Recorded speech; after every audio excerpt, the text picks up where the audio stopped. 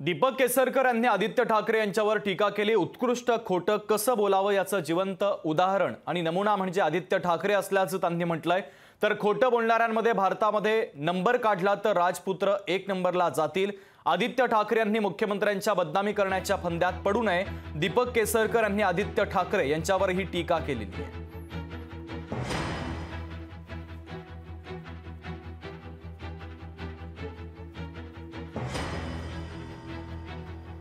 Comment केलेला आहे मुख्यमंत्री महोदयांनी।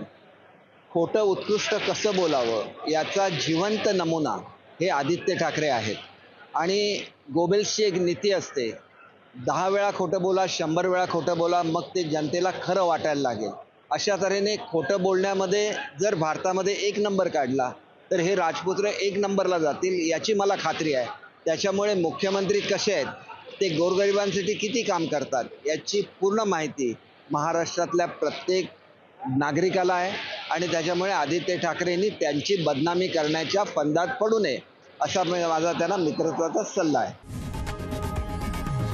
लोकशाही मराठी ऐका, पहा, जागरूक रहा।